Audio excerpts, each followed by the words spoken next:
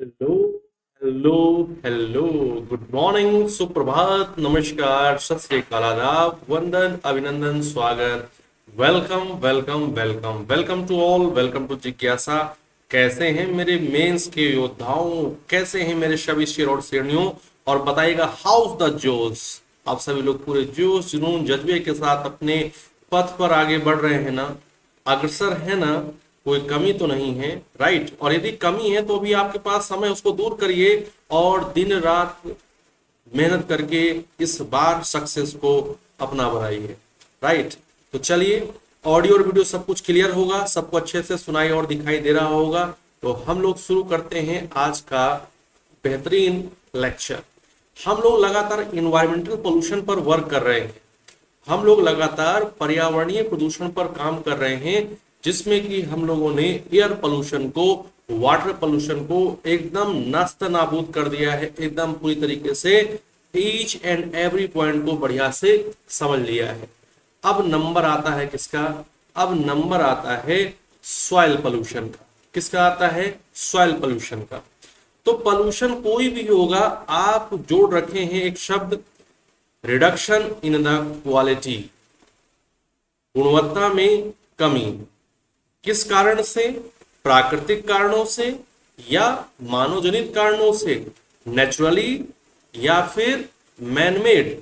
ये पॉइंट जब आप हमेशा ध्यान रखेंगे तो किसी भी प्रकार की जो पोल्यूशन है, किसी प्रकार का भी जो प्रदूषण है, उसको डिफाइन करने में बहुत ही आसानी होगी। कैसे? प्राकृतिक या मानव जनित कारणों से गुणवत्ता में कमी। अब मृदा प्रदूषण है तो मृदा की गुणवत्ता में कमी, वायु प्रदूषण है तो वायु की गुणवत्ता में कमी, जल प्रदूषण है तो जल की गुणवत्ता में कमी हो जाता है।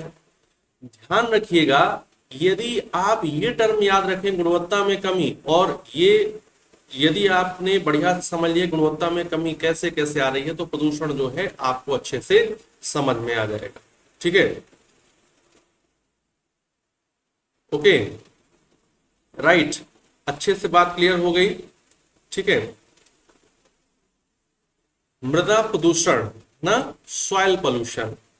यहां पर आप देखिए, मृदा जो कि एक बहुत ही महत्वपूर्ण प्राकृतिक संसाधन होता है, जिस पर पेड़ पौधे, जिसको मतलब जिसका आप समझ लीजिए इतना ज्यादा उपयोग है, इतना ज्यादा उपयोग है कि इसी पर पूरी तरीके से क्या होता है, किसी भी इकोसिस्टम का, किसी भी पारितंत्र का जो उत्पादकता है, प्राथमिक उत्पादकता है, इसी पर निर्भर करती है ना?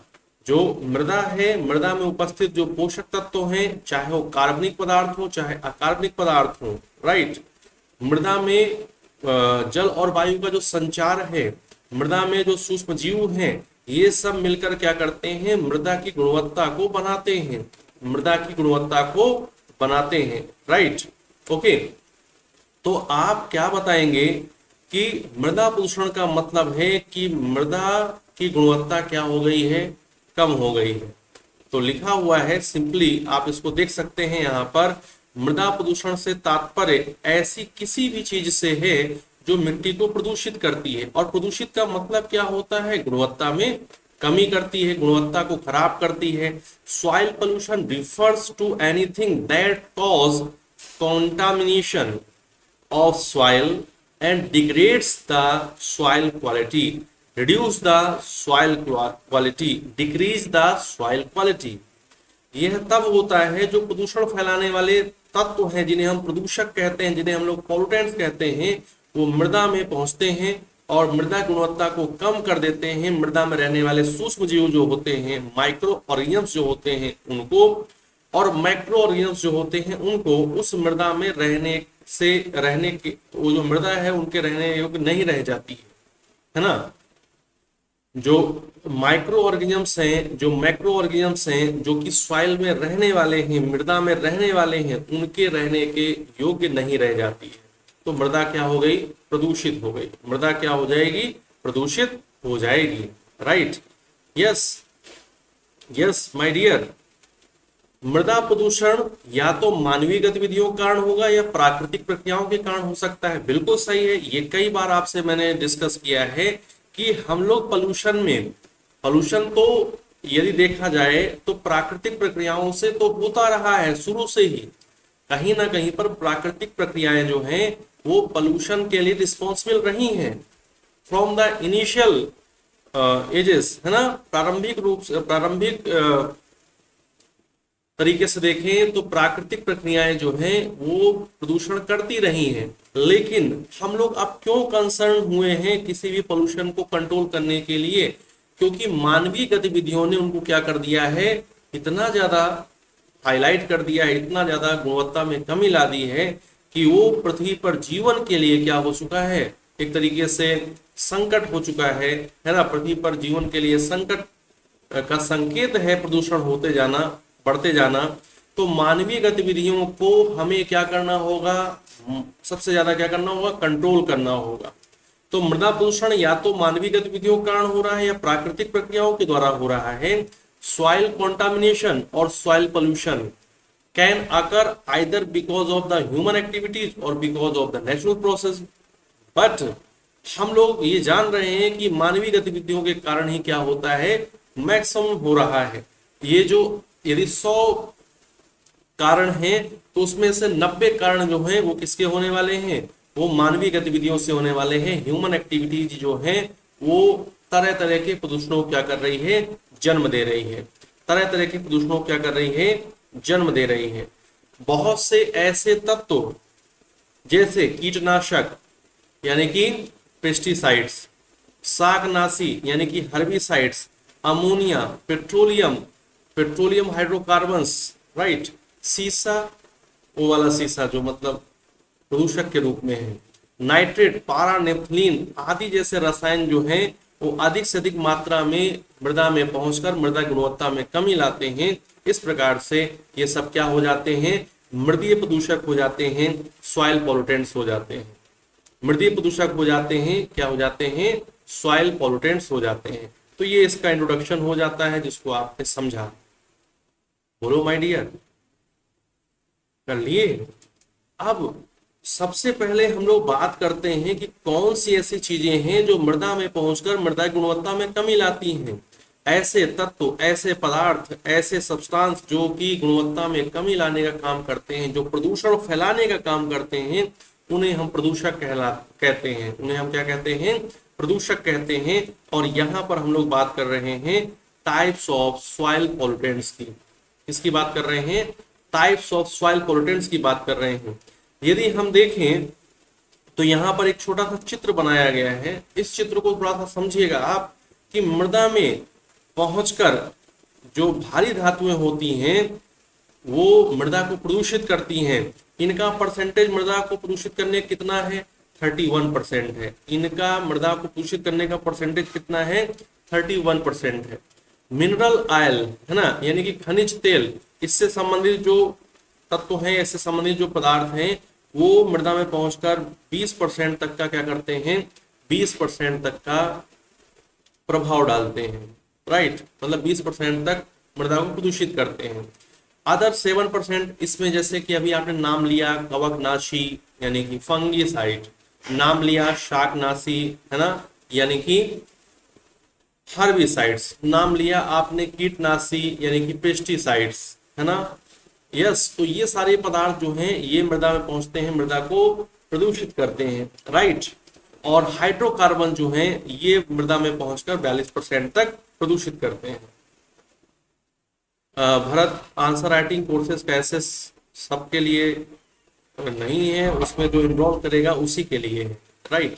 उसमें इनरोल करना पड़ेगा और तभी तो फिर उसका आनंद आएगा, राइट। तो यहाँ पर देखिएगा लिखा है सबसे खतरनाक मृदा प्रदूषकों में से कुछ जेनोबायोटिक्स हैं।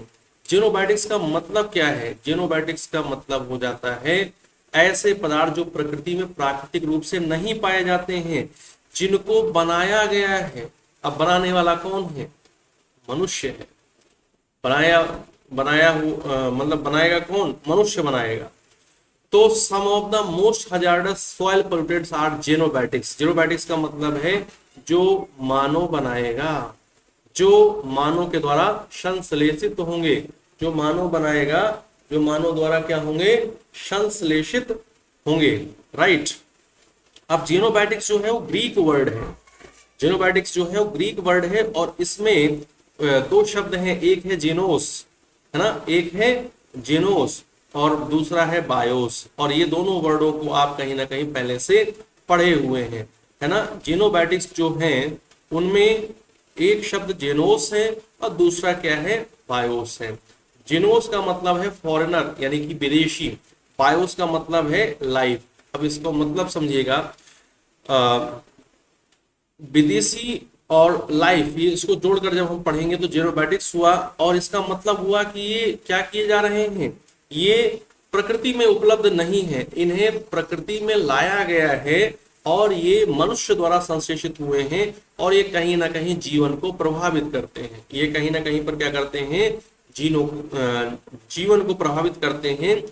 कई जेनोबायोटिक्स जो हैं उनमें कैंसरकारी यानी कि क्या, कार्सिनोजेंस क्या मिल रहे हैं, कार्सिनोजेंस पदार्थ मिल रहे हैं। इस वर्ड को आप ध्यान रखेंगे, इंग्लिश मीडियम वाले जो इंग्लिश में लिखेंगे वो इस वर्ड को ध्यान रखेंगे, इस शब्द का कई बार यूज होगा यहाँ पर, कार्सिनोजेन, है ना। कार्सिनोजेन का मतलब है जो कैंसर करेंगे, जो कैंसर करेंगे, जो कैंसर को जन्म देंगे, जिनसे कैंसर होगा, है ना। कार्सिनोजेन, कार्सिनोजेंस, जिनसे क्या होगा, जिनसे कैंसर होगा, जिनसे क्या होगा, कैंसर होगा।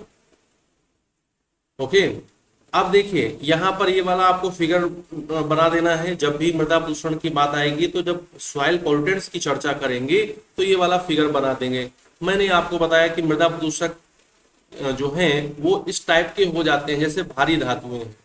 मृदा में मिलेगा कौन, सीसा, मृदा में मिलेगा कौन, पारा, मृदा में मिलेगा सीसा, मृदा में मिलेगा पारा, और ये सब जो है ये भारी धातुएं हैं, ये सब क्या है, भारी धातुएं हैं, जो आ कहां से रही हैं, जो आ रही हैं उद्योगों से, जो आ रही हैं इंडस्ट्रीज से, और जब इनकी अत्यधिक उच्च मात्रा मृदा में मिलने लगती है तो ये मृदा को क्या कर देती है, एकदम गुणवत्ताहीन कर देती है, इसे मनुष्यों के लिए बहुत जहरीला बना सकती है।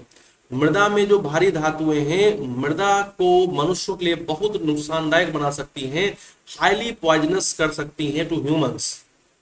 कई स्रोत हैं इनके, जैसे खनन गतिविधियां, यानी कि आप बोलेंगे माइनिंग एक्टिविटीज से आएंगी, कृषि गतिविधियां यानी कि एग्रीकल्चरल एक्टिविटीज से, एग्रीकल्चर प्रोसेस से आएंगे, इलेक्ट्रॉनिक अपशिष्ट से, ई कचरा से क्या होगा, ये भारी धातुएं मिलेंगी, चिकित्सा अपशिष्ट जिसको आप बोलते हैं मेडिकल वेस्ट, इसको भी यहाँ पर आप रख सकते हैं, क्योंकि इनकी मतलब इनसे भी क्या होगा, भारी धातुएं आएंगी। तो यहाँ पर ये सब जो है, इन सब बेसिस का हम लोग क्या करेंगे, मैनेजमेंट करेंगे, कहाँ पर पहुंचकर पेपर 2 में जो बेस्ट मैनेजमेंट है वहां से जोड़कर हम लोग इसको पढ़ेंगे। अब देखिए भारी धातुओं के बाद क्या है, पीएच है।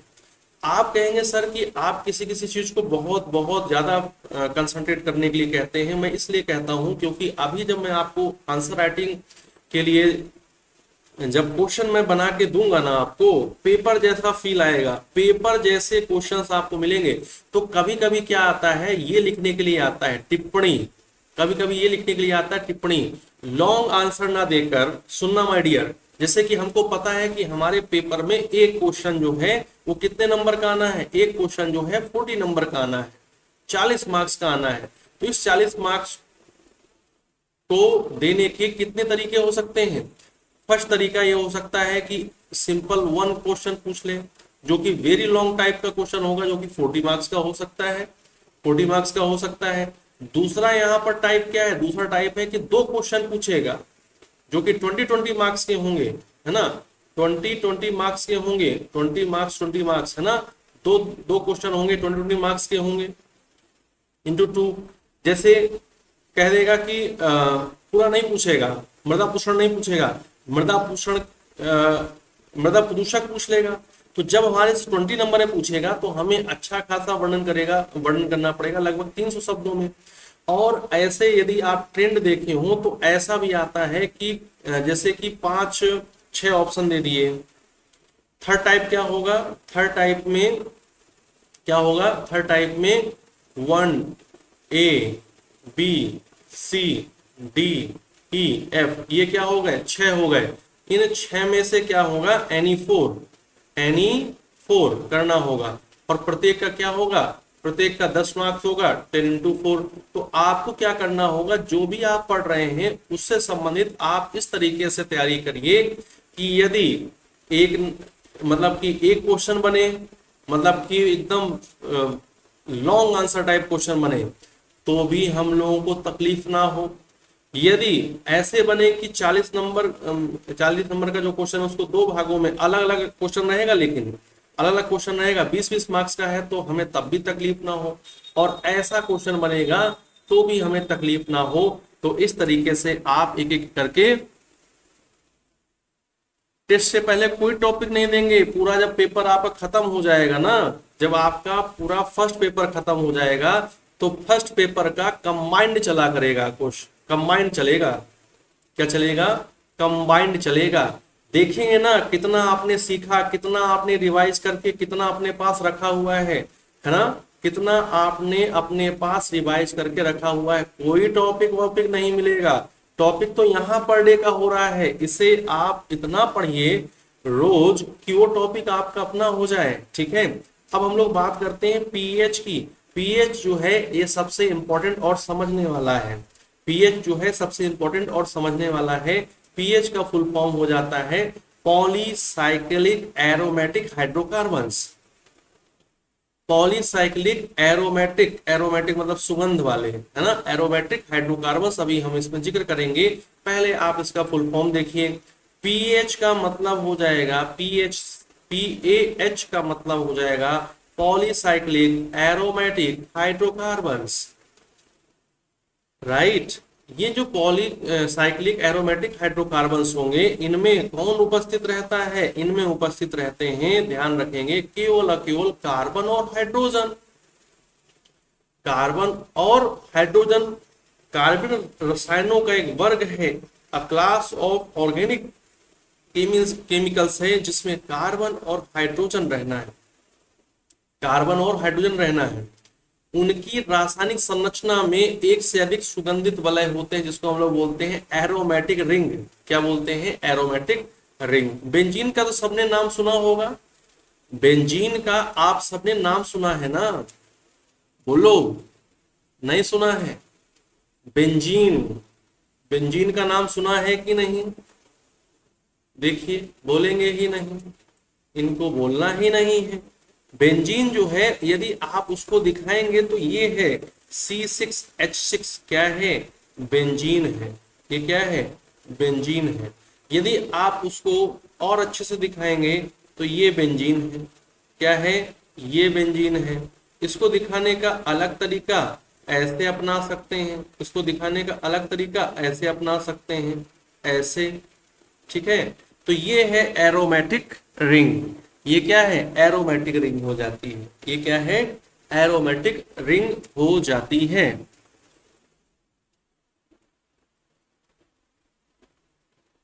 राइट।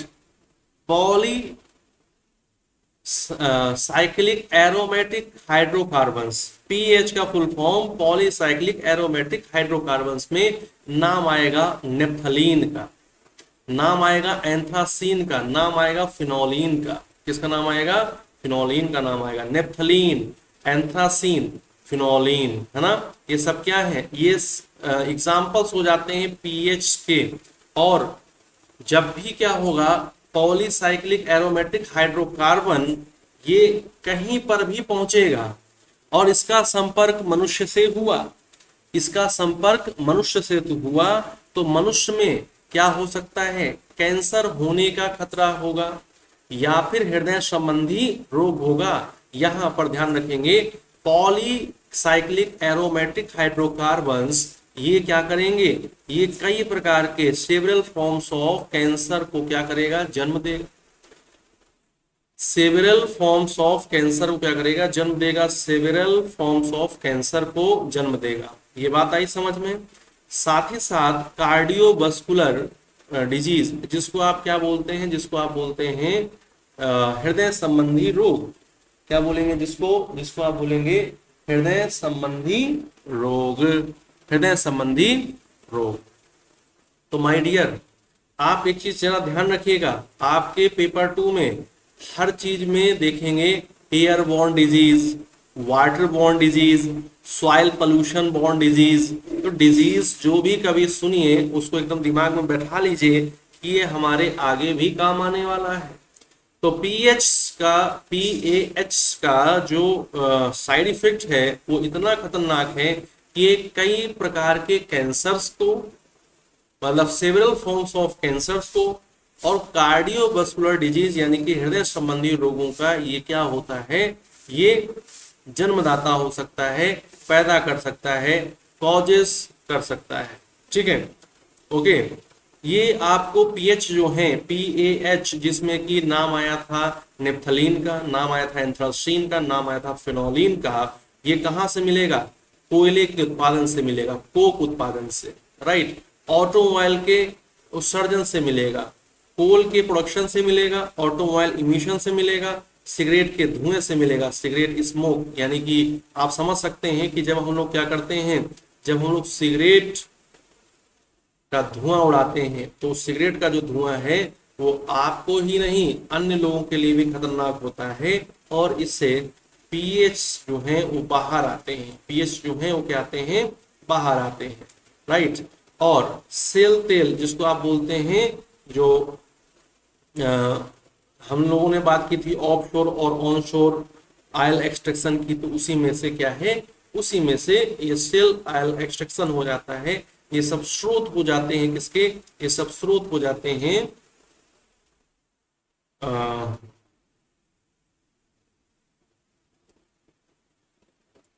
ये सब स्रोत हो जाते हैं पीएच के, है ना। हाँ, मैंने उस दिन आपको एक मूवी की बात की थी और उसमें पायरेट्स की जगह पर हमने ये कहा था कि एक जूनियर एनटीआर और सैफ अली खान इसकी मूवी, उसका नाम था देवरा, देवरा, है ना। वो चीज आपको मैं उस दिन भूल गया। अच्छा, एक चीज मैं और यहाँ पर बताना चाहता हूँ। आप में से एक नाम है रुस्तम, है ना, रुस्तम कच्छप, यदि मैं सही प्रोनाउंस कर पा रहा हूँ तो रुस्तम पावड़ी, है ना, एक अक्षय कुमार की मूवी रही, है ना, वो रुस्तम, मुझे उसमें मैं जैसे नाम देखता हूँ तो मुझे रुस्तम वही याद आ जाता है, राइट। अब देखिए, एक हो गया आपका क्या, एक हो गया भारी धातुएं यानी कि हैवी मेटल्स, दूसरा क्या हुआ, दूसरा हुआ पीएएच यानी कि polycyclic aromatic hydrocarbons, and now the third one is the industrial waste, है ना। इंडस्ट्रियल वेस्ट जो होता है इसका बहुत बहुत अधिक क्या है, रोल है सॉइल को पॉल्यूट करने में। औद्योगिक अपशिष्ट को मिट्टी में छोड़ने से मृदा प्रदूषण होता है। औद्योगिक अपशिष्ट से उत्पन्न होने वाले कुछ सामान्य मृदा प्रदूषक जो हैं वो नीचे दिए गए हैं, जैसे क्लोरीन युक्त औद्योगिक विलायक, chlorinated industrial solvent, chlorinated industrial solvent, right. ये और क्या है, दूसरा है कीटनाशकों के निर्माण में और अपशिष्ट के दहन से जो डाइऑक्सिन्स उत्पन्न होते हैं, वो डाइऑक्सिन्स ये भी क्या है, मृदा प्रदूषक हो जाते हैं। प्लास्टिसाइजर, है ना, और डिस्पर्जेंट्स, पॉलीक्लोरिनेटेड बाइफिनाइल, है ना, पॉलीक्लोरिनेटेड बाइफिनाइल। पेट्रोलियम उद्योग कई पेट्रोलियम हाइड्रोकार्बन्स को अभी हम जिक्र करके आए थे, है ना, जिसमें कि बेंजीन है, जिसमें कि मिथाइल बेंजीन है। ये जो है ये कैंसरकारी प्रकृति के होते हैं, कार्सिनोजिक, है ना, कार्सिनोजेनिक नेचर के होते हैं। ये मैंने आपको बताया था कि ये वर्ड आप अच्छे से याद रखिएगा,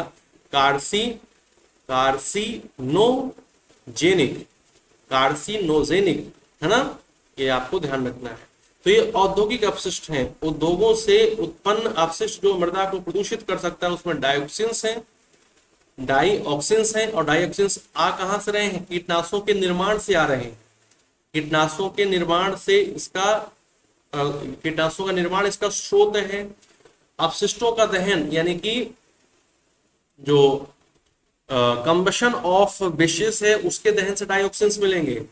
क्लोरीन युक्त औद्योगिक विलायक, क्लोरीनेटेड इंडस्ट्रियल सॉल्वेंट, फिर है प्लास्टिसाइजर एंड डिस्पर्जेंट्स, फिर है पॉलीक्लोरिनेटेड बाइफिनाइल, और है पेट्रोलियम हाइड्रोकार्बन्स, है ना, पेट्रोलियम हाइड्रोकार्बन जिसमें कि नाम आएगा बेंजीन का, मिथाइल बेंजीन का, और ये इतने खतरनाक कि कैंसर होने के लिए जिम्मेदार हो जाएंगे, कार्सिनोजेनिक इन नेचर हो जाते हैं।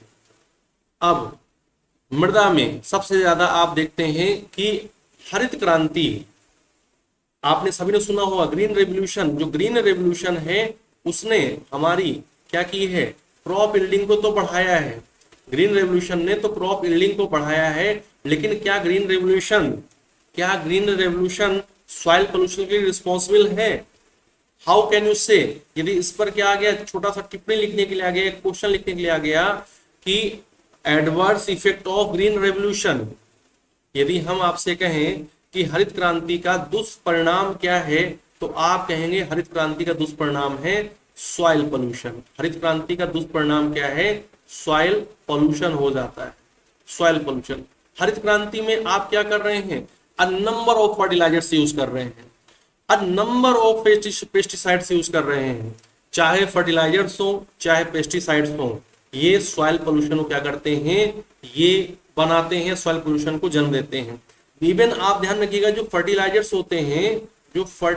होते हैं, यदि आपसे पूछता है कि जो excessive use of fertilisers leads to the which type of pollution, excessive use of fertilisers leads to which type of pollution, क्या आप मुझे बता सकते हैं?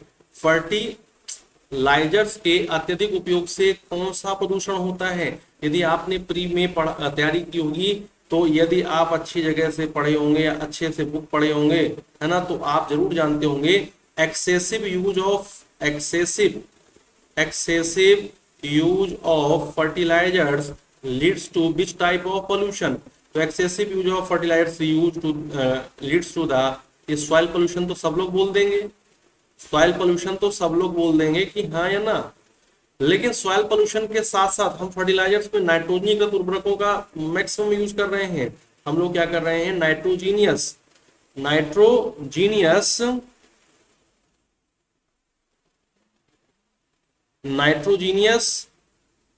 फर्टिलाइजर्स का सबसे ज्यादा यूज कर रहे हैं। तो जैसे ही फर्टिलाइजर्स का उपयोग करते हैं, आपको याद होगा कि जब हम लोग एयर पॉल्यूटेंट्स पढ़े थे उसमें हम नाइट्रोजन के ऑक्साइड्स की बात किए थे, और नाइट्रोजन के ऑक्साइड्स के सोर्स में हम लोगों ने बोला था कि नाइट्रोजन के ऑक्साइड जो हैं ये आते हैं कहाँ से, फर्टिलाइजर्स के यूजेस से आते हैं, है ना। एक्सेसिव यूज ऑफ फर्टिलाइजर्स जो है वो एयर पोल्यूशन को भी लीड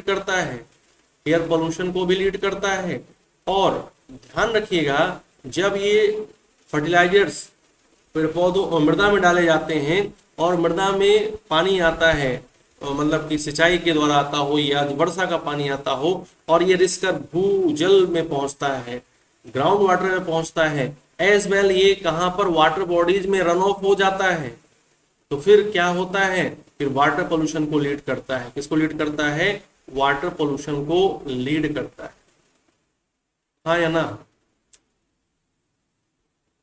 देखिए केवल सॉइल पोल्यूशन को और वाटर पोल्यूशन को कहा गया। अरे कहाँ है मेरे सभी शेर और शेरनियों, सनी, जसिंता, बबीता, भरत, मनोज, सोनू, साजिद, कहाँ हो भाई? शिव व्रत, के कुमार, रुस्तम, पावड़ी, है ना। आप लोग काहे नहीं भाई बोल रहे हैं? ऐसे काम चलेगा? मैं आपको पार्टिसिपेट करने के लिए जब बोलता हूं तो आप जरूर पार्टिसिपेट करिए, है कि नहीं। तो ग्रीन रेवोल्यूशन का यदि मैं आपसे दुष्परिणाम पूछूं, तो क्या ग्रीन रेवोल्यूशन के दुष्परिणाम को संजय क्यों नहीं बोल रहे हैं? क्या ग्रीन रेवोल्यूशन के दुष्परिणाम के लिए आप क्या लिख सकते हैं? आप सॉइल पोल्यूशन को लिख सकते हैं। ग्रीन रेवोल्यूशन में अधिक से अधिक क्या हो रहा है? फर्टिलाइजर्स का यूज हो रहा है, बोलो हाँ या ना, कुछ तो बोलो। ग्रीन रेवोल्यूशन में फर्टिलाइजर्स का अधिक से अधिक उपयोग हो रहा है। ग्रीन रेवोल्यूशन में भर भर के कीटनाशक का यूज हो रहा है, और कीटनाशक माय डियर आपने बहुत अलग अलग नाम सुने होंगे, आज मैं सारी की सारी आपके डाउट्स को दूर कर देता हूँ। कीटनाशक यानी कि पेस्टिसाइड्स में तीन चीजें आती हैं, शाकनाशी जिसको आप हर्बिसाइड्स बोलते हैं, है ना, कीटनाशक जिसको आप इंसेक्टिसाइड्स बोलते हैं, और जिसको आप कवकनाशी यानी कि फंगिसाइड बोलते हैं। ध्यान रखिएगा पेस्टिसाइड्स के अंदर मैं बोल रहा हूँ पेस्टिसाइड्स के अंदर हर्बिसाइड्स आते हैं, पेस्टिसाइड्स के अंदर क्या आते हैं, इंसेक्टिसाइड्स आते हैं, और पेस्टिसाइड्स के अंदर क्या आते हैं, पेस्टिसाइड्स के अंदर फंगीसाइड आते हैं। बोलो हाँ या ना। इनका हम लोग ग्रीन रेवोल्यूशन में यूज कर रहे हैं कि नहीं, हरित क्रांति में उपयोग कर रहे हैं। हरित क्रांति किस लिए की गई, ताकि हमारी जो खाद्यान्न उत्पादन क्षमता है वो बढ़ सके, क्रॉप यील्डिंग बढ़ सके, हम जो हैं वो खाद्यान्न के मामले में आत्मनिर्भर हो सके। इसलिए हरित क्रांति भारत में आती है। हरित क्रांति में अधिक से अधिक उर्वरकों का प्रयोग, यस। हरित क्रांति में पेस्टिसाइड्स का उपयोग, पेस्टिसाइड्स का उपयोग मतलब हर्बिसाइड्स का उपयोग, इंसेक्टिसाइड्स का उपयोग, as well as my dear किसका उपयोग, as well as HI and last में फंगीसाइड का उपयोग। तो बताइए यही क्या है, सॉइल पॉल्यूटेंट है। यही क्या है, सॉइल पॉल्यूटेंट है।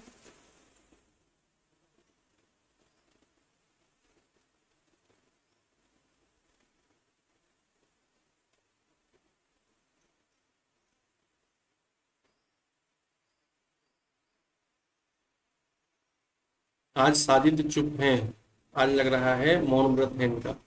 तो देखिए कीटनाशक ऐसे पदार्थ हैं या पदार्थों के मिश्रण हैं जिनका उपयोग कीटों को मारने या उनकी वृद्धि को रोकने के लिए किया जाता है। पेस्टिसाइड्स आर सब्सटेंसेज या mixture of substances that are used to kill या inhibit the growth of pests. अब इसके अंदर हम लोग किसका किसका यूज कर रहे हैं, अब इसके अंदर हम लोग किसका किसका यूज कर रहे हैं, हम लोग यूज करते हैं शाकनाशी का। शाकनाशी का मतलब जानते हैं क्या होता है, वे कीटनाशक, वे पेस्टिसाइड्स जो खरपतवारों को, वीड्स को या अवांछित पौधों को, अदर अनवांटेड प्लांट्स को क्या करने के लिए, मारने के लिए यूज किया जाता है, कंट्रोल करने के लिए यूज किया जाता है। बताइए खरपतवार क्या होते हैं, हमने जिसको लगाया वो हमारे लिए वांछित है।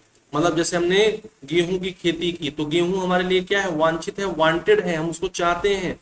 लेकिन उसके साथ अन्य पौधों का उगाना जिसे हम नहीं चाहते हैं, जो गेहूं की पैदावार को क्या करेगा, प्रभावित करेगा। खरपतवार भी उसी मृदा से पोषक तत्व लेंगे। जब हम क्या करेंगे, जब फर्टिलाइजर्स का उपयोग करेंगे, उर्वरकों का उपयोग करेंगे, तो अधिक से अधिक उर्वरकों को पाकर, अधिक से अधिक उर्वरकता को छीन कर अपना विकास कर लेंगे। तो मिलना था किसको, वांटेड प्लांट्स को, मिल गया अनवांटेड प्लांट्स को। तो इसके लिए हम शाकनाशी का यूज करते हैं, use to kill control weeds and other unwanted plants, जैसे कि ट्राइजिन्स है, ट्राइएजिन्स है, कार्बामेट्स है ना, एमाइड्स है, फिनॉक्सिल एसिड्स, फिनॉक्सी एल्किल एसिड है, फिनॉक्सी एल्किल एसिड्स हैं, एलिफेटिक एसिड्स हैं। ये सब क्या हो जाते हैं, ये कवकनाशी, ये सब शाकनाशी हो जाते हैं, हर्बिसाइड्स हो जाते हैं। और जब आप इनका मृदा में उपयोग करेंगे तो मृदा में कुल मिलाकर क्या पहुंच रहा है, ये एक अनपढ़ सा किसान भी बता देगा मृदा में क्या पहुंच रहा है। मृदा में सर पहुंच रहे हैं केमिकल्स, मृदा में पहुंच रहे हैं रसायंस, और ये केमिकल्स रसायन जो हैं वो कहीं ना कहीं पर खाद्य श्रृंखला के माध्यम से हमारे शरीर तक पहुंचते हैं। कीटनाशक कीटों को मारने के लिए उपयोग किया जाएगा, है ना, कीटों को मारने के लिए उपयोग किया जाएगा, जिसमें कि नाम आएगा आर्गेनो, है ना, आर्गोनो फॉस्फेट का, क्लोरीनीन युक्त हाइड्रोकार्बन का, ऑर्सेनिक युक्त यौगिक का, और पाइरेथम। ये तो बहुत ज्यादा यूज होता है, इसको तो आप शायद सुने भी होंगे यदि आप किसानी से जुड़े होंगे। Pyrethrum, pyrethrum. साजिद देखिए आ गए, आए लेकिन गंभीर क्वेश्चन लेकर। फर्टिलाइजर्स के उपयोग से थर्मल पोल्यूशन का जिक्र ना के बराबर मैं करूंगा, ठीक है। मैं यहाँ पर आपको उसी तरफ लेकर जाऊंगा जो मैं यहाँ बताया हूँ, राइट, ओके। इसके बाद कवकनाशी फंगिसाइड, कवकों को मारने के लिए, परजीवी कवकों को मारने के लिए, उनकी वृद्धि को रोकने के लिए, है ना, use to kill parasitic fungi and inhibit their growth, जैसे पारा युक्त यौगिक, थायोकार्बामेट, कॉपर सल्फेट। अब देखो ये क्या हुए, इनका हमने भरपूर उपयोग किया अपनी फसल को बेहतर बनाने के लिए, क्रॉप यील्डिंग को प्राप्त करने के लिए, हमने फसलोत्पादन के लिए इनका भरपूर उपयोग किया, अब ये पर्यावरण में पहुंच गए। अब ये पर्यावरण में पहुंच गए जिसे कहा जाएगा क्या, कीटनाशक बहाव यानी कि पेस्टिसाइड ड्रिफ्ट। और जैसे ये पर्यावरण में पहुंचे, ये जल प्रदूषण और मृदा प्रदूषण जैसी कई पर्यावरणीय समस्याएं पैदा कर दी है। इन्होंने क्या किया, इन्होंने वाटर पोल्यूशन और सॉइल पोल्यूशन को क्या कर दिया, जन्म दे दिया। क्या कर दिया, जन्म दे दिया। बोलो हाँ या ना। अब ये जो रसायन है ये कहाँ पहुंचेंगे, ये मनुष्य के शरीर में पहुंचेंगे, है ना। अब माध्यम कोई भी हो सकता है, जैसे मनुष्य के शरीर में पहुंचे वैसे ही ये जानते हैं केंद्रीय तंत्रिका तंत्र को प्रभावित करेंगे। अरे नर्वस सिस्टम को, सेंट्रल नर्वस सिस्टम को, है ना। नर्वस सिस्टम 3 टाइप का होता है, central nervous system, autonomous nervous system and the peripheral nervous system. केंद्रीय तंत्रिका तंत्र, स्वायत्त तंत्रिका तंत्र और परिधीय तंत्रिका तंत्र। तो ये किसको प्रभावित करते हैं, केंद्रीय तंत्रिका तंत्र को, सेंट्रल नर्वस सिस्टम को प्रभावित करते हैं। प्रतिरक्षा प्रणाली के रोग, है ना, प्रतिरक्षा प्रणाली के रोग यानी कि इम्यून सिस्टम डिजीज को प्रभावित करते हैं, इम्यून सिस्टम डिजीज को प्रभावित करते हैं, मतलब सॉरी, प्रतिरक्षा प्रणाली के रोग बनाते हैं, ये इम्यून सिस्टम को प्रभावित करते हैं। और कैंसर, तो यहाँ पर आप देख ही रहे हैं कि मृदा प्रदूषण में कैंसर का बहुत ज्यादा बोलबाला है, कैंसर यहाँ पर बार बार आ रहा है, कैंसर। और जन्म दोष जैसे यानी कि बर्थ डिफेक्ट जैसी चीजों को भी जन्म देते हैं। और देख लो कितना खतरनाक हो जाता है, कहने में तो मैं और आप बहुत तेजी से इसको पढ़ते हुए चले जाएंगे, है ना, लेकिन यदि आप एक्चुअल में देखें इसके इफेक्ट को, और बोलते हैं ना जिसकी फटी न पैर बेवाई वो क्या जाने पीर पराई। यदि इनसे होने वाला प्रदूषण, मतलब कि कीटनाशकों के अत्यधिक प्रयोग से यदि प्रदूषण है और उस प्रदूषण से हमें समस्याएं हुई हैं, तब जाके इसकी इंटेंसिटी को समझेंगे, तब जाके इसकी तीव्रता को समझेंगे कि how it is the dangerous for us, है ना, ये कितना हमारे लिए खतरा है, ये कितना हमारे लिए खतरनाक है। बोलो बोलो बोलो बोलो बच्चे। सनी, जसनीता, बबीता, भारत, मनोज, सोनू, साजिद, संजय, शिवव्रत, के कुमार एंड रुस्तम पावड़ी, बोलिए जल्दी से हाँ या ना। क्लियर है, राइट। मृदा प्रदूषण के कारण क्या है, अब आप देखो, पहले मैंने क्या किया है कि जैसे आप रिवीजन करेंगे, राइट, रिवीजन करते समय आप पूरा का पूरा कंटेंट तो रिवाइज कर नहीं पाएंगे, इतने तो आप पानी में है नहीं। मतलब ये कब की बात है, एग्जाम के नियर आने पर, क्योंकि आपके पास ढेर सारा कंटेंट होगा और आप ईच एंड एवरी चीज को आप उस तरीके से नहीं पढ़ पाएंगे जिस तरीके से अभी पढ़ रहे हैं। तो आपको क्या करना है, लास्ट में रिवीजन मोड जब स्टार्ट करना है, जिसको हम लोग रैपिड रिवीजन मोड कहते हैं, RM कहते हैं, रैपिड रिवीजन मोड। तो रैपिड रिवीजन मोड में क्या पढ़ा जाता है, कोई मुझे बताएगा आप में से, रैपिड रिवीजन मोड में क्या पढ़ा जाता है, क्या मुझे कोई बताएगा। RRM में क्या पढ़ा जाता है, रैपिड रिवीजन मोड में क्या पढ़ा जाता है, बोलो बोलो बोलो बोलो बोलो। रैपिड रिवीजन मोड में क्या पढ़ा जाता है, आप समझ लीजिए कि जो सक्सेस होते हैं वो कोई नया काम नहीं करते हैं, जो सक्सेस होते हैं या सक्सेसफुल होते हैं वो कोई नया काम नहीं करते हैं, बल्कि उसी काम को बेहतरीन ढंग से करते हैं, राइट। तो हमें क्या चूज करना है, बेहतरीन ढंग। ये जो रैपिड रिवीजन मोड है, ये पेपर से क्या होता है, ये पेपर से 2-3 दिन पहले या 3-4 दिन पहले, as your syllabus, as your amount of content, है ना, एज योर सिलेबस, मैं कह सकता हूं 3-4 दिन कह दीजिए, है ना, 3-4 दिन पहले, बिफोर 3-4 डेज पहले, है ना, ये रैपिड रिवीजन मोड चलता है। रैपिड रिवीजन मोड में आप क्या करते हैं, रैपिड रिवीजन मोड में केवल और केवल कीवर्ड्स, हेडिंग्स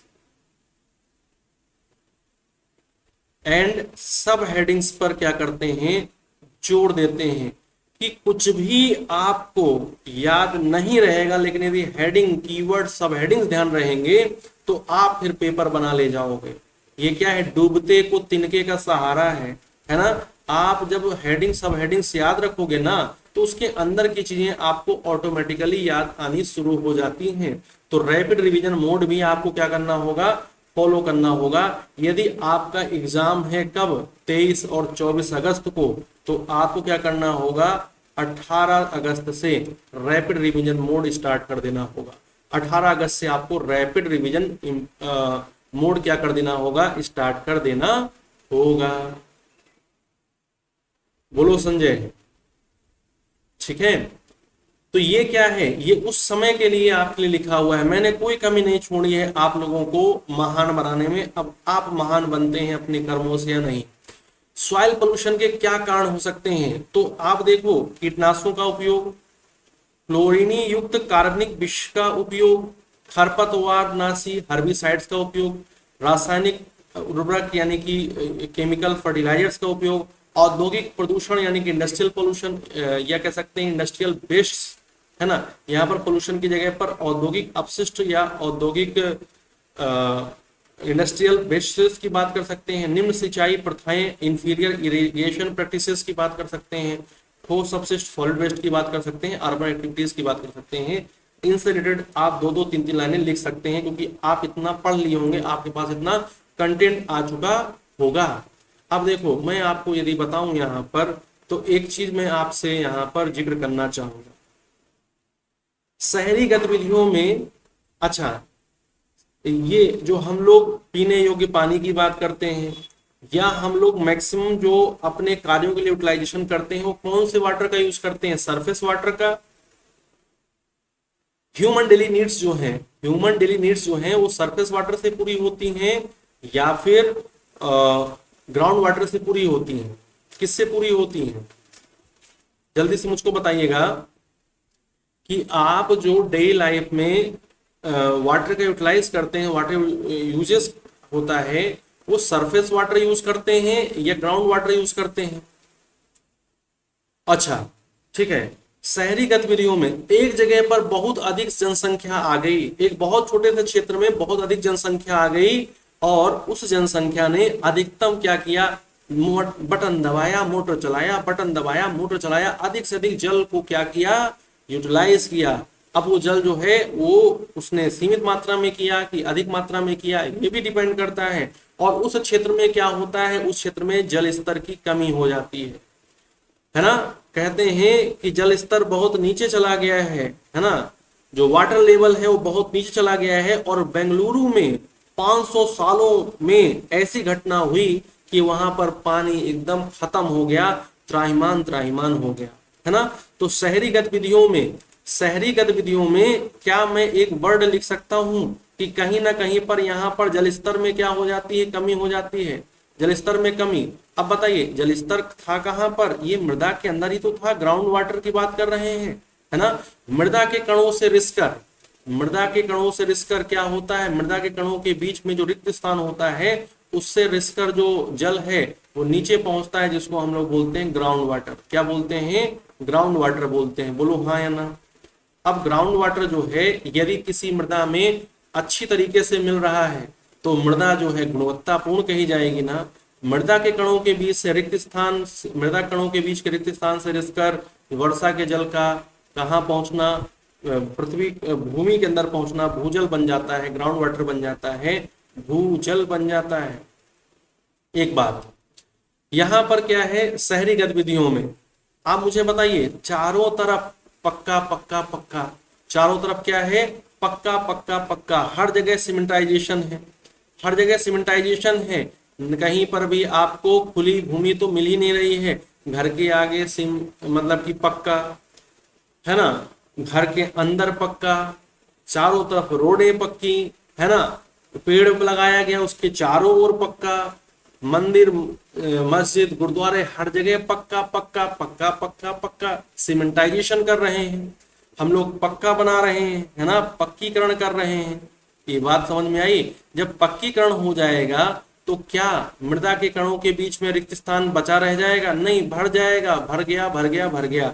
और जब मृदा कणों के बीच का रिक्त स्थान भर जाता है तो क्या वर्षा का जल आसानी से मृदा के अंदर पहुंच पाएगा? नहीं, भूजल स्तर में कमी आएगी। ये शहरी गतिविधियां हैं। ये क्या है?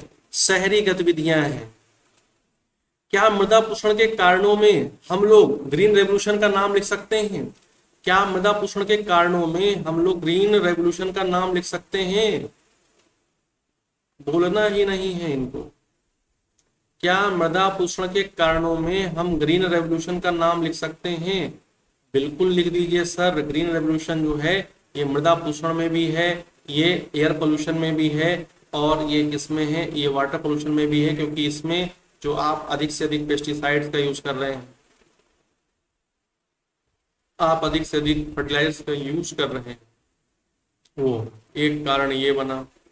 क्या मैं यहाँ पर एसिडिक रेन की बात कर सकता हूँ? क्या मैं यहाँ पर अम्लीय वर्षा की बात कर सकता हूँ? एसिडिक रेन की बात कर सकता हूँ? अम्लीय वर्षा भी क्या होती है? मृदा की उर्वरता में कमी लाती है, मृदा में अम्लीयता को बढ़ाती है। मृदा में अम्लीयता को बढ़ाएगी तो अम्लीय मृदा अच्छी नहीं होगी। ठीक है, अम्लीय मृदा, है ना। ग्रीन रेवोल्यूशन ने ही मृदा को कैसा बना दिया है? बंजर बना दिया है माय डियर, बंजर बना दिया है। कलहर कहा जाता है कहीं कहीं पर, कहीं कहीं पर थूर कहा जाता है, थूर। कहीं कहीं पर क्या कहा जाता है? कहीं कहीं पे कहा जाता है बंजर, कलहर, थूर, है ना। ये नाम दे दिए जाते हैं, बंजर, कलहर, थूर। क्यों? जहां पर सबसे ज्यादा ग्रीन रेवोल्यूशन यूज हुआ है, जैसे कि पंजाब एंड हरियाणा, पंजाब एंड हरियाणा, वहां की जमीनें जो हैं वो बंजर हो रही हैं, कलहर हो रही हैं, थूर में परिवर्तित हो रही हैं। ठीक है, तो ग्रीन रेवोल्यूशन ने मृदा प्रदूषण में बहुत बड़ा योगदान दिया है। एसिडिक रेन, मृदा में एसिडिक रेन जो है ये मृदा प्रदूषण के लिए भी रिस्पॉन्सिबल है, as well as water pollution के लिए भी रिस्पॉन्सिबल है। मजा आ रहा है? समझ में आ रहा है? एयर एसिडिक रेन जो है, अम्लीय मृदा जो है, ये मृदा प्रदूषण के लिए भी, सॉरी, एसिडिक रेन जो है, अम्लीय वर्षा जो है, ये एसिडिक रेन के लिए भी सॉइल पोल्यूशन के लिए भी रिस्पॉन्सिबल है, और वाटर पोल्यूशन के लिए भी रिस्पॉन्सिबल हो जाती है। वाटर पोल्यूशन के लिए भी रिस्पॉन्सिबल हो जाती है। ये सब लिखोगे ना, ये सब कीवर्ड याद रखोगे ना, बोलते ही नहीं है। अच्छा, यहां पर क्या मैं एक टर्म लिख सकता हूं? Soil erosion. बताइए हमारे यहाँ पर कौन सी ऐसी नदी है जो सबसे अधिक सॉइल इरोजन करते हुए चलती है? बता दो, बता दो, बता दो। हमारे यहाँ पर कौन सी ऐसी नदी है जो बीहड़ भूमि का निर्माण करती है?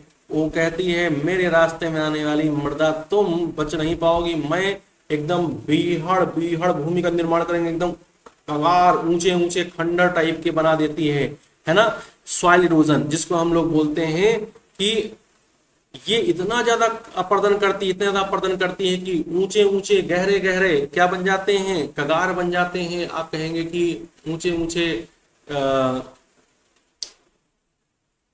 हिल्स टाइप का लगने लगता है ना। और वो नदी कोई और नहीं, चंबल नदी होती है ना। ये जो नदियां हैं, यहाँ पर मैं केवल और नदियों का जिक्र कर सकते हो आप, है ना, नदियों के बारे में बता सकते हो, लेकिन जो चंबल रिवर है ये सबसे ज्यादा क्या करती है? सबसे ज्यादा अपर्दन करती है, और ये काटती है क्या? Ravine badland. क्या काटती है? रेवाइन बेडलैंड काटती है। यानी कि ये अवनालिका अपर्दन के लिए जानी जाती है। किसके लिए जानी जाती है? अवनालिका अपर्दन करती है, रेवाइन बेडलैंड इरोजन करती है। रेवाइन, या हम लोग कहते हैं बेडलैंड इरोजन करेगी, है ना। अवनालिका अपर्दन करेगी, अवनालिका अपर्दन करेगी, अवनालिका अपर्दन करेगी, रेवाइन बेडलैंड अवनालिका अपर्दन करेगी। दामोदर बता रहे हैं, दामोदर बता रहे हैं। चंबल बीहड़, चंबल बीहड़, है ना, बीहड़ भूमि। दामोदर तो उसके बाद आएगा, दामोदर तो उसके बाद आएगा, है ना। चंबल नदी सबसे ज्यादा अपर्दन करती है, एकदम मार ताबड़तोड़ बल्लेबाजी करती है, राइट। अच्छा, आप लोगों ने यहाँ पर ये जो वर्ड है क्लोरीनी युक्त कार्बनिक विष, क्या डीडीटी का प्रयोग आपने सुना है? डीडीटी का प्रयोग जो है ये मृदा प्रदूषण का कारण बनेगा कि नहीं? डीडीटी का मैंने फुल फॉर्म शायद आपको बताया था, डीडीटी का फुल फॉर्म मैंने आपको बताया था। आप बताओ, बताओ, बताओ, संजय, सनी, एंड साजिद, झारखंड में हो तो दामोदर याद रहेगा क्या है? कुछ और नहीं हो सकता है क्या? डीडीटी मैंने बताया था, डीडीटी सुनते ही नहीं हो। मैंने डीडीटी बताया था, डीडीटी। क्या जी? क्लोरीन युक्त कार्बनिक विष डीडीटी का प्रयोग करते हैं। डाइक्लोरो डाइफिनाइल, डाइक्लोरो डाइफिनाइल भूल गए? डीडीटी के प्रयोग से क्या होगा? मृदा जो है धीरे धीरे प्रदूषण की ओर चली, मतलब गुणवत्ताहीन हो जाएगी। क्या बताइए, क्या बताइए? मैं यहाँ पर डाइक्लोरो डाइफिनाइल ट्राइक्लोरोइथेन, बहुत बढ़िया सनी, वेरी राइट, याद रखना है सारी चीजों को। क्या मैं यहाँ पर लीचिंग, लीचिंग आपने सुना है? क्या मैं यहाँ पर लीचिंग निछालन का जिक्र कर सकता हूँ? आप मुझे बताएं, लीचिंग या निछालन जो है, क्या ये मृदा को गुणवत्ता में कमी ला रही है? लीचिंग या निछालन प्रोसेस जो है, क्या ये मृदा गुणवत्ता में कमी ला रही है?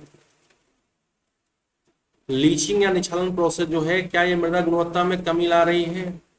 डाइक्लोरो डाइफिनाइल ट्राई फॉस्फेट थोड़ी ना होता है, ट्राइक्लोरो इथेन होता है। बिल्कुल सनी, बहुत बढ़िया, फॉस्फेट नहीं होता है। निछालन का मतलब होता है, निछालन का मतलब होता है कि जो पोषक तत्व हैं उनमें क्या हो जाना, उनमें पोषक तत्वों में, पोषक तत्वों का गहराई में पहुंच जाना। निछालन का मतलब क्या होता है? पोषक तत्वों का गहराई में पहुंच जाना, पोषक तत्वों का गहराई में पहुंच जाना। निछालन का मतलब क्या होता है कि जो पोषक तत्व हैं उनका गहराई में पहुंच जाना, पोषक तत्वों का गहराई में पहुंच जाना, पोषक तत्वों का गहराई में पहुंच जाना, पहुंच जाना, पोषक तत्वों गहराई में पहुंच जाना, पोषक तत्वों गहराई में पहुंच जाना, ये हो जाएगा। अच्छा, लीचिंग प्रोसेस से जो सॉइल बनी है उसका नाम बता सकते हो? लीचिंग प्रोसेस से कौन सी सॉइल का निर्माण हुआ है? लीचिंग प्रोसेस से कौन सी सॉइल बनी है?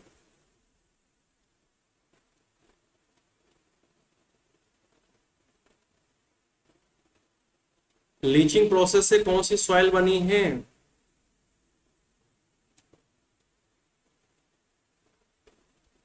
डीडीटी का ध्यान रखिएगा, एक ही फुल फॉर्म है, डाइक्लोरो डाइफिनाइल ट्राइक्लोरो इथेन। आप भी ध्यान रखिएगा के कुमार, और आप भी याद रखिएगा साजिद, ठीक है? Dichloro diphenyl trichloro ethane, right. तो जो लीचिंग प्रोसेस से कौन सी सॉइल बनी है? लीचिंग प्रोसेस से बनी सॉइल का नाम है लेटेराइट। कौन सी सॉइल है? लेटेराइट। लेटेराइट मृदा जो है उसका निर्माण जो है लीचिंग प्रोसेस से हुआ।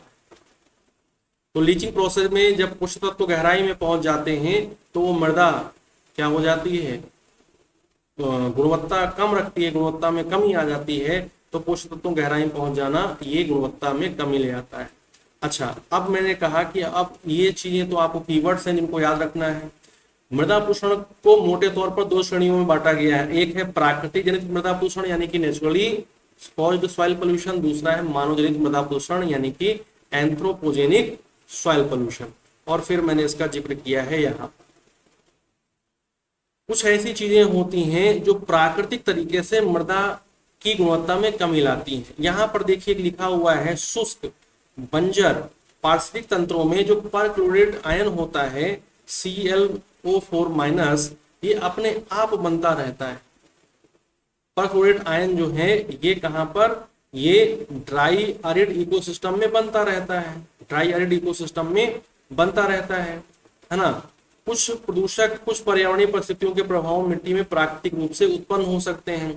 क्लोरीन और कुछ धातुओं वाली मिट्टी में आंधी के दौरान परक्लोरेट बन सकते हैं। तो ये प्रोसेस जो है नेचुरली हो रहा है, और जिस परक्लोरेट बनने से मृदा की उर्वरता में क्या आती है? कमी आती है। मृदा की उर्वरता में क्या आता है? कमी आती है। लीचिंग क्या होता है सर? वही ना बताया आपको कि leaching is a process in which the nutrients move downwards in the soil, है ना, कि पोषक तत्व जो है वो मृदा में नीचे पहुंच जाते हैं।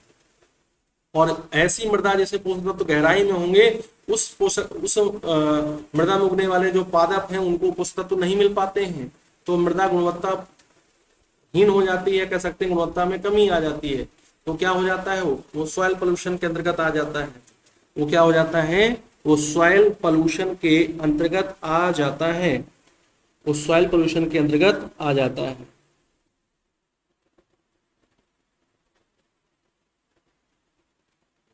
ठीक है। अब मैंने आपको स्टार्टिंग में पढ़ाते समय ये बताया कि जो मेनली पोल्यूशन सॉइल पोल्यूशन है वो किसके कारण है, वो है मैन मेड एक्टिविटीज के कारण, ह्यूमन एक्टिविटीज के कारण है। तो यहाँ पर वो सारी ह्यूमन एक्टिविटीज लिखी हुई हैं जिसके कारण क्या होता है, सॉइल पोल्यूशन होता है। पुरानी इमारतों को जब क्या किया जाता है, तोड़ा जाता है, विध्वंस किया जाता है, तो आसपास की मिट्टी में, है ना, एस्बेस्टोस हो जाता है। और एस्बेस्टोस जो है ये मृदा से कहाँ पहुंच जाता है, जल में पहुंच जाता है। तो जल प्रदूषण भी करता है, मृदा प्रदूषण भी करता है, और एस्बेस्टोस युक्त जल के सेवन से एस्बेस्टोसिस हो जाता है। याद है आपको कल की बातें। ऐसे ही जहां पर क्या हो रहा है, जहां पर कंस्ट्रक्शन एक्टिविटीज हो रही हैं, और वो कंस्ट्रक्शन एक्टिविटीज जो है वो सीसा आधारित है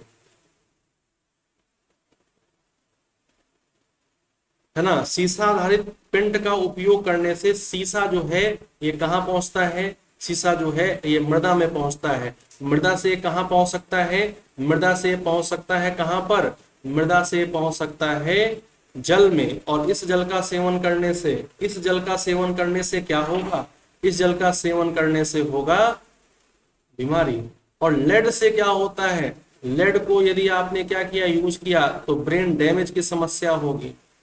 लेड जब हमारे शरीर में पहुंचेगा तो ये ब्रेन डैमेज की समस्या करेगा। और इसको हम लोग एक नाम और दे सकते हैं, लकवा, पैरालिसिस की समस्या करता है, लकवा या पक्षाघात की समस्या करता है। इतना नुकसान है ये। जो लेड है ये तीनों प्रकार के किसमें पहुंच रहा है, लेड जो है तीनों प्रकार के पोल्यूशन में है। एयर पोल्यूशन में भी आता है, ये वाटर पोल्यूशन में भी आएगा, और किस में आएगा, ये सॉइल पोल्यूशन में भी जाएगा। तो लेड के शरीर में पहुंचने से ब्रेन डैमेज की समस्या या लकवा पैरालिसिस की समस्या हो जाती है ना, पैरालिसिस की समस्या हो जाती है, राइट।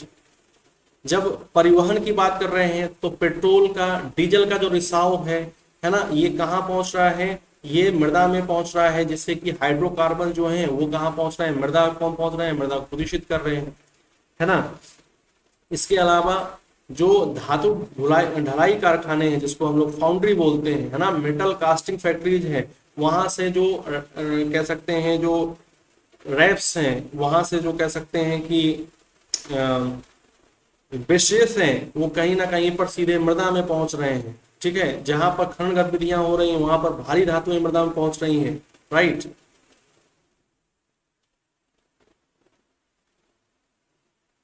जो बहुत ज्यादा विषैले, यानी कह सकते हैं कि जो टॉक्सिक इंडस्ट्रियल केमिकल वेस्ट हैं, जो टॉक्सिक इंडस्ट्रियल केमिकल वेस्ट हैं, यदि हम उनका क्या कर रहे हैं, उनका सही तरीके से निपटान नहीं कर रहे हैं, अनुचित निपटान कर रहे हैं, इम्प्रॉपर उनका डिस्पोजल कर रहे हैं, तो इम्प्रॉपर डिस्पोजल जो है, अच्छा डिस्पोजल जो होगा वो कहीं ना कहीं पर मृदा के साथ ही तो होगा। तो यदि हम उसका इम्प्रॉपर डिस्पोजल कर रहे हैं तो वो जो है मृदा को प्रदूषित कर देते हैं, मृदा को क्या करते हैं, प्रदूषित करते हैं। और ये जो अपशिष्ट हैं ये मृदा से रिसकर, यानी कि आप इसको बोलते हैं कि क्या हो रहा है, ये सीप हो रहा है, सीपेज हो रहा है। ये क्या करता है, ये ग्राउंड वाटर को भी, भूजल को भी क्या करता है, भूजल को भी प्रदूषित करता है, ग्राउंड वाटर को भी पॉल्यूट करता है। रासायनिक कीटनाशक आप जानते ही हैं बढ़िया से, केमिकल पेस्टिसाइड जिसमें कि हर्बिसाइड्स, इंसेक्टिसाइड्स, फंगिसाइड्स सब आ रहा है, वो तो बहुत गंभीर तरीके से क्या कर रहे हैं, कैंसर और हृदय संबंधी समस्याओं को जन्म दे रहे हैं, है ना। और ये लास्ट में कि जो मलजल होता है जिसको हम लोग सीवेज कहते हैं, सीवेज, इसका भी यदि आप देखें तो सीवेज भी रिस कर कहाँ पहुंचता रहता है, सीवेज भी रिस कर मृदा में पहुंचता रहता है। हाँ, जिंक बेस्ड भी आप कह सकते हैं, जिंक को भी कह सकते हैं। शहरी क्षेत्रों में जो मल जल है वो मृदा में पहुंचता रहता है, मृदा को दूषित करता रहता है। यहाँ पर एक बात मुझको बतानी थी, बेंजीन, बेंजीन का मैंने जिक्र किया था। बेंजीन यदि हमारे शरीर में पहुंचती है या फिर मिथाइल बेंजीन हमारे शरीर में पहुंचती है तो क्या समस्या होती है। अब ये मत कहना कि सर पेपर 2 में एक टॉपिक है जिसमें कि डिजीजेस की बात कर रहे हैं, मैं डिजीज यहाँ पर भी लेकर चल रहा हूँ। आप ये मत सोचो कि वहाँ की चीजें यहाँ पर हो रही हैं जो वहाँ काम नहीं आएंगी, सब जगह काम आएंगी। यदि ये बेंजीन और मिथाइल बेंजीन हमारे शरीर में पहुंच रहे हैं तो कौन सी समस्या को उत्पन्न करते हैं, तो इससे होता है ल्यूकीमिया। इससे क्या होता है, leukaemia. You know leukaemia, you know leukaemia, leukaemia, leukaemia, you know leukaemia जो है ये ब्लड कैंसर है, रक्त कैंसर, ब्लड कैंसर है, रक्त कैंसर है। तो मैंने आपको पहले ही बताया था कि जो सॉइल पोल्यूशन वाले जो पॉल्यूटेंट्स हैं वो सीधे छोटा मोटा इफेक्ट नहीं डाल रहे हैं। और आज आप देखिए कि कितना ज्यादा पेशेंट है कैंसर का, कितना ज्यादा पेशेंट है किसका, हार्ट डिजीज का। आजकल कहते हैं अरे मैं अच्छा खाता पीता भी हूँ, अभी तो है, अभी तो एज भी मेरी ज्यादा नहीं है, व्यायाम भी कर रहा हूँ, जिम ज्वाइन किया हुआ हूँ, सब कुछ अच्छा कर रहा हूँ, फिर भी मेरे को इतनी परेशानियां क्यों हो। भाई हमारा इन्वायरमेंट पोल्यूटेड हो चुका है ना। हमारे इन्वायरमेंट में इतनी ज्यादा समस्याएं आ चुकी हैं कि हम चाहकर भी उनसे दूर नहीं हो सकते हैं। मृदा प्रदूषण के प्रभाव, effects of the soil pollution, effect of the soil pollution, effect of the soil pollution. देखिए जब सॉइल का हम मेनली यूज करते हैं फसल को उगाने में, पेड़ पौधे जो हैं मृदा से ही पोषक तत्वों को प्राप्त करते हैं, और मृदा की यदि गुणवत्ता में कमी आ गई है तो पेड़ पौधों की वृद्धि और विकास में क्या आएगी, ग्रोथ एंड डेवलपमेंट में या इनहिबिट होगा। ये ग्रोथ एंड डेवलपमेंट क्या होगा, प्रभावित होगा। ठीक है, हम रासायनिक उर्वरकों का, अकार्बनिक उर्वरकों का, कीटनाशकों का नियमित उपयोग कर रहे हैं जिससे कि मिट्टी की उर्वरता तेजी से कम होती जा रही है, मिट्टी की संरचना बदल जा रही है, मिट्टी गुणवत्ता में कमी आएगी तो ऑटोमेटिकली फसल क्या हो जाएगी, बेकार हो जाएगी, फसल गुणवत्ता में कमी आएगी। समय के साथ मिट्टी बड़ी मात्रा में जहरीले रसायनों को जमा करने के कारण कम उत्पाद हो जाती है। यानी कि यदि मृदा प्रदूषण हुआ है तो क्रॉप यील्डिंग क्या हो जाएगी, क्रॉप यील्डिंग क्या हो जाएगी, क्रॉप यील्डिंग डाउन हो जाएगी। यानी कि आप कहेंगे कि जो फसल की फसल प्रति हेक्टेयर जो मिल रही है वो क्रॉप यील्डिंग क्या हो जाएगी, कम हो जाएगी, है ना। इंग्लिश टर्म है इंफीरियर क्रॉप क्वालिटी। मानव स्वास्थ्य पर प्रभाव, बहुत ज्यादा मानव स्वास्थ्य पर प्रभाव पड़ेगा। अभी कितनी समस्याएं आपने देखी, कैंसर है, हृदय संबंधी रोग है, और ब्रेन डैमेज की समस्या है, और ल्यूकीमिया हो रहा है। ये सब लिखोगे ना, अरे यहाँ नहीं लिखा हुआ है, पीछे वाली बातें यहाँ नहीं लिखोगे। जब मानव स्वास्थ्य पर प्रभाव की बात आएगी क्या इतने पे छोड़ दोगे, संजय, सनी, साजिद, के कुमार, रुस्तम, बबीता, है ना, भरत, मनोज, सोनू, शिवव्रत, बोलो, जसिंता, बोलो, क्या इतनी बातें नहीं लिखोगे जो पढ़े हो। पढ़ने का मतलब क्या, भूल जाओ, या पढ़ने का मतलब वहीं पर यूज करो जहां पढ़ाया गया है, नहीं, जहां पर उसकी आवश्यकता हो वहां यूज करो। मानव स्वास्थ्य पर हानिकारक प्रभावों में आप PAH पॉलीसाइक्लिक एरोमेटिक हाइड्रोकार्बन से होने वाले नुकसान लिखोगे, बेंजीन से होने वाले नुकसान लिखोगे, लेड से होने वाले नुकसान लिखोगे, एंड कीटनाशकों के प्रयोग से होने वाले नुकसान लिखोगे, सब लिखोगे। छोड़ा तो मारेंगे खींच के तमाचा।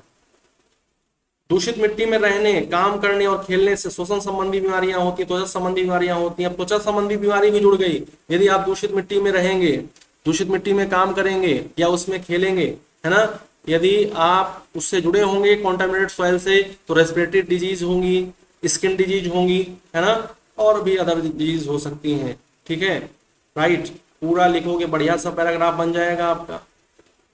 मृदा प्रदूषित हुई है तो वाटर बॉडीज का पोल्यूशन, वाटर बॉडीज जो है वो आसानी से पॉल्यूट हो जाती है ना। बारिश होती है तो बारिश के बाद जो सतही बहाव है जिसको हम लोग क्या कहते हैं, सरफेस रन ऑफ कहते हैं। सरफेस रन ऑफ जो है अपने साथ बहुत अधिक मात्रा में क्या करता है, पॉल्यूटेंट्स को लेकर कहाँ पहुंचा देता है, वाटर बॉडीज में पहुंचा देता है ना। Inter into the different water resources, जब भूमिगत जल क्या हो जाएगा, प्रदूषित हो जाएगा, तो भूमिगत जल सॉरी जब सॉइल पोल्यूटेड हो जाएगी तो भूमिगत जल भी आसानी से प्रदूषित हो जाएगा। और इस प्रकार से ये दूषित जल के सेवन से मानव है, जानवर हैं, ये सब क्या हो जाएंगे, विभिन्न प्रकार की समस्याओं से, विभिन्न प्रकार के रोगों से ग्रसित हो जाएंगे, विभिन्न प्रकार की समस्याओं से, विभिन्न प्रकार के रोगों से ग्रसित हो जाएंगे। पारिस्थितिकीय तंत्र को, जैव विविधता को नकारात्मक प्रभाव पड़ेगा ही। आप जानते हैं मृदा जो है उसमें बहुत से जीव रहते हैं, सूक्ष्म जीव रहते हैं, और बहुत से स्थूल जीव मतलब कि मैक्रो ऑर्गेनिज्म्स भी रहते हैं, बड़े जीव भी रहते हैं। चूहा है, सांप है, खरगोश है, ये सब मृदा के अंदर बिल बना के रहते हैं, भूमि के अंदर बिल बना के रहते हैं। मृदा जो है ये पेड़ पौधों के लिए पोषक तत्व तो प्रदान करती है, मृदा में ही फसल होती है, मृदा से ही किसी पारिस्थितिकीय तंत्र में जो प्राथमिक उत्पादक होते हैं वो अपना वृद्धि और विकास सुनिश्चित करते हैं। यदि ये सब नहीं होगा तो क्या होगा, पारिस्थितिकीय तंत्र को खतरा होगा, पारिस्थितिकीय तंत्र को खतरा होगा तो जैव विविधता को खतरा होगा। सूक्ष्म जीव, जानवर, सरीसृप, स्तनधारी पक्षी और कीड़ों का, बहुत से कीड़ों का घर है, बहुत से स्तनधारी, बहुत से पक्षी उसमें अपना बिल बना के रहते हैं। तो मृदा प्रदूषण से जीवित जीवों पर नकारात्मक प्रभाव पड़ता जाता है, धीरे धीरे वो मृत हो जा रहे हैं, है ना। तो जीव विविधता कम होती जा रही है, सूक्ष्म जीवों पर खतरा, दूषित मिट्टी में चढ़ने वाले जानवरों पर खतरा, सब पर खतरा मंडरा रहा है जब कोई चीज प्रदूषित हो जाती है। ऐसे थोड़ी ना आप प्रदूषण पढ़ना शुरू कर दिए हो। मानव जो है जब तक उसके लिए खतरे घंटी नहीं बजती है तब तक वो कुछ नहीं करता है। यदि उसे ये हो कि पानी ना पीने से जीवन यापन हो सकता है, पानी ना पीने से जीवन चल सकता है, तो मानव जो है पानी भी पीना उचित नहीं समझेगा। ये सारी चीजें हैं। इसके बाद आता है मृदा प्रदूषण का कैसे नियंत्रण करेंगे। तो मृदा प्रदूषण के लिए नियंत्रण के सारे उपायों पर मैंने यहाँ पर चर्चा की हुई है, और आप सभी से थोड़ी सी चर्चा ये है कि मैं कितना भी पढ़ाऊंगा मेरा कंटेंट मेरा रहेगा, लेकिन इसे अपना कैसे बनाओगे, इसके लिए रोज आप जो पढ़ाया गया है उसको आप घर पर जाकर पढ़ के उसके आप सेल्फ नोट्स प्रिपेयर करिए। सेल्फ नोट्स प्रिपेयर करने के बाद उसको रिवीजन मोड में लेकर आइए, रिवीजन करिए, और जो क्वेश्चन दिया जा रहा है उसको आप क्या करिए, लिखिए। अच्छा, हमें पेपर जैसा माहौल बनाना है, हमें पेपर देना है तो पेपर जैसा माहौल बनाना है। पेपर जैसा माहौल बनाने के लिए आप तो अपने आप बनाओगे नहीं, तो मैं ही बनाना शुरू करता हूँ। इसमें आप क्या करेंगे, पर डे, क्योंकि आप पेपर 2 तो पढ़ ही रहे होंगे, पर डे आप क्या करोगे 50 क्वेश्चंस, सॉरी पर डे आप 5 क्वेश्चंस क्या करोगे, लिखोगे, और इसका समय आप 2 घंटा प्लेसमेंट मान के चलो कि इतने घंटे में आपको लिखना है, 2 घंटे प्लेसमेंट में आपको लिखना है। तो 5 क्वेश्चन आपको हर दिन में दिया करूंगा, हर दिन आप एक कॉपी चेक किया करूंगा, हर दिन आप में सुधार की बात किया करूंगा, और हर दिन आप और मैं मिलकर अपने आप को इवेल्युएट करते हुए चलेंगे, आखिर कहाँ पर कमी है जिसमें सुधार करना है, आखिर कहाँ पर कमी है जिसमें सुधार करना है। और जब आप रोज क्या करेंगे, रोज थोड़ा थोड़ा चलेंगे, तो यूं ही कट जाएगा सफर साथ चलने से, मंजिल आएगी नजर साथ चलने से, यूं ही कट जाएगा सफर साथ चलने से, मंजिल आएगी नजर साथ चलने से। तो आंसर राइटिंग गाइडेंस प्रोग्राम में आपको पर डे 5 क्वेश्चंस देंगे। आप चुपचाप बैठकर रूल वाली कॉपी में, जो कॉपी आपको पेपर में मिलती है, आपके एग्जाम में मिलती है इस टाइप की, उसमें आप लिखना, उसे आप मुझे पीडीएफ के फॉर्म में ग्रुप बन जाएंगे, उस ग्रुप में आप मुझे भेज देना, ठीक है। ग्रुप में आप मुझे भेज देना या सेल्फ आप मुझे भेज देना अपने नाम के साथ, मैं उसको इवेल्यूट करूंगा और आपको उससे संबंधित क्या करूंगा, सारी की सारी जो कमियां हैं उन पर उजागर करूंगा, जो आपके जो सही पॉइंट्स हैं उन पर मैं बात करूंगा। दूसरी बात, दोनों पेपर कवर होंगे। 50 क्वेश्चन किसके, 50 क्वेश्चन आपके फर्स्ट पेपर के, 50 क्वेश्चन आपके सेकंड पेपर के, फ्रॉम ईच पेपर, है ना। 100 क्वेश्चन में हमारे सारे क्वेश्चन फंस जाएंगे, इसका मेरा आप सभी से क्या है, मतलब मुझे पूरी आशा है, विश्वास है और वादा भी है आप सभी से, ठीक है, कि 100 क्वेश्चन जो आपको मैं कराऊंगा उसमें से आपके सारे क्वेश्चन फंस जाएंगे जो आप लिखने वाले हैं। राइट, रोज आपको क्या होगा, रोज आप, अच्छा इसमें 20 दिन होगा, ये 20 टेस्ट होंगे, हर दिन 5-5 क्वेश्चन करके टोटल 100 क्वेश्चन हो जाएंगे। मोस्ट एक्सपेक्टेड मेंस क्वेश्चंस होंगे, 50 क्वेश्चंस फ्रॉम ईच पेपर होगा। डेली 5 क्वेश्चंस की मेंस आंसर राइटिंग होगी। और आपको गाइडेंस कैसे दूंगा ये आपको बता रहा हूं, मैं हर दिन एक वीडियो बनाया करूंगा जो कि 5 क्वेश्चन से रिलेटेड होगी, जिसमें कि 5 क्वेश्चन में हर एक क्वेश्चन में क्या लिखना है, क्या क्या लिखना है, कितना लिखना है, ये सब मैं आपको बता दिया करूंगा। उस वीडियो को आप देखेंगे, सेल्फ इवोल्यूशन भी करेंगे और साथ ही साथ मैं भी इवोल्यूशन करूंगा, मतलब कि दोनों तरफ से क्या होगा, बराबरी का काम चलता रहेगा। आपको वीडियो लेक्चर देखने के बाद आपको कॉल भी कर सकते हैं, आप मुझसे व्हाट्सएप पर पूछ सकते हैं, मैं भी आपको कॉल करूंगा, मैं भी आपको मैसेज करूंगा कि कहाँ पर क्या रही, कमी रही। और यदि आप अभी भी समझते हैं कि अभी भी आप अकेले कर सकते हैं, तो यूं ही कट जाएगा सफर साथ चलने से। मृदा प्रदूषण के मुख्य कारण क्या है, मृदा प्रदूषण के नकारात्मक परिणाम क्या है और मृदा प्रदूषण से कैसे बचा जा सकता है, ये लॉन्ग आंसर टाइप क्वेश्चन है जिसको आपको 40 मार्क्स में कवर करना है। जिसे आपको कितने मार्क्स में कवर करना है, 40 मार्क्स में कवर करना है। बताइए क्या सारी बातें ओके ओके हो गई, क्या आपने सबने ओके ओके समझ लिया है? तो लास्ट में आप मुझे बता दीजिए कि सब सही है। तो आज के लिए इतना ही रखेंगे, मिलेंगे आप सभी से नेक्स्ट क्लास में नेक्स्ट पॉल्यूशन के साथ। तब तक आप अपना ख्याल रखिए। इस क्लास को घर पर फिर से पढ़िए, इसके नोट्स बनाइए, सेल्फ नोट्स, तभी तो आप रिवीजन कर पाएंगे, तभी तो आप रैपिड रिवीजन मोड ऑन कर पाएंगे। जब आपके पास नोट्स ही नहीं होगा, जब आपने कार्य ही नहीं किया होगा, आपको अंडरलाइन नहीं किया होगा, कोई स्टार नहीं लगाया होगा, कोई इंपॉर्टेंट नहीं बताया होगा, तो कहाँ से आप रिवीजन मोड ऑन करेंगे, है ना। और कहते हैं नो पेन नो गेन, यदि आपको इस समय पेन हो रहा है तो फिर गेन होने वाला है। यदि आप आराम से अभी हैं तो फिर समझ लीजिए कुछ गेन नहीं होने वाला है। आपको दर्द जितना हो रहा है उतना ही क्या होने वाला है, खुशी मिलने वाली है। कहते हैं यूं ही कोई महान नहीं बनता, यूं ही कोई महान नहीं बनता है। राइट, वो क्या करता है, अपने अंदर बहुत से दुखों को, बहुत से तकलीफों को, बहुत से संघर्ष को सजोए हुए होता है।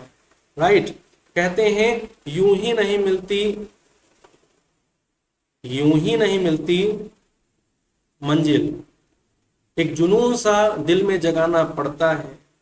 यूं ही नहीं मिलती मंजिल, एक जुनून सा दिल में जगाना पड़ता है। और एक छोटी सी चिड़िया से पूछा कैसे तेरा घोंसला बना, एक छोटी सी चिड़िया से पूछा कैसे तेरा घोंसला बना, उसने कहा भरनी पड़ती है ऊंची उड़ान, भरनी पड़ती है ऊंची उड़ान और तिनका तिनका जुटाना पड़ता है।